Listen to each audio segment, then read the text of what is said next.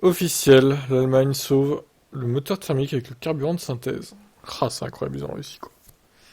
L'Allemagne a réussi à faire plier l'Europe ce samedi 25 mars. Après de longues négociations, la Commission européenne et l'Allemagne ont annoncé avoir trouvé un accord pour débloquer un texte clé du plan climat de l'Union européenne sur les émissions de CO2 des voitures. L'Allemagne a carrément réussi à sauver le moteur thermique, ceci grâce à l'utilisation des carburants de synthèse, des carburants qui ne sont pas issus du pétrole, mais sont produits à base d'hydrogène et de CO2 captés dans l'air. Un premier accord des États membres trouvé fin 2022 évoquait déjà la possibilité d'utiliser ces carburants, mais en cas de recours dans des clauses de revoyure si le tout électrique hydrogène était difficile à atteindre en 2035. Alors que le texte final devrait être entériné mi-mars, l'Allemagne avait décidé in extremis de ne pas le voter, ce qui bloquait tout le processus européen.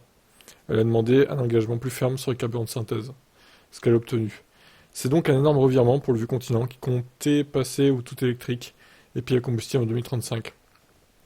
Sur Twitter, le ministre allemand des Transports Volker Wissing s'est réjoui.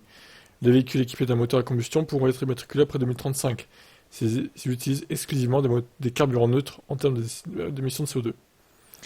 Alors encore une fois, comment vous allez contrôler que ces moteurs thermiques, ces voitures thermiques utilisent du carburant de synthèse? Je veux une précision parce que là quand même c'est très important. Et encore une fois, le carburant de synthèse il pollue autant que le carburant normal, sauf à la construction, à la fabrication on va dire. Mais à l'usage, il pollue autant. C'est ça le truc. C'est ça que les gens ont pas l'air de comprendre, quoi. Reste à savoir si ce changement inattendu va vraiment sauver la voiture thermique. Beaucoup de constructeurs ont déjà en effet acté leur passage au tout électrique et ce bien avant 2035. La plupart des grandes marques ne comptaient plus vendre du thermique dès 2030. Pas sûr qu'elles changent d'avis, alors que le coût de la voiture électrique va continuer de baisser dans les années à venir.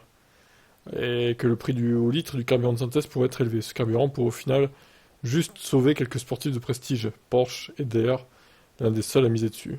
Ouais, bon. J'attends de voir ce qui va se passer. Qu'est-ce que vous en pensez, vous, de ce revirement de situation?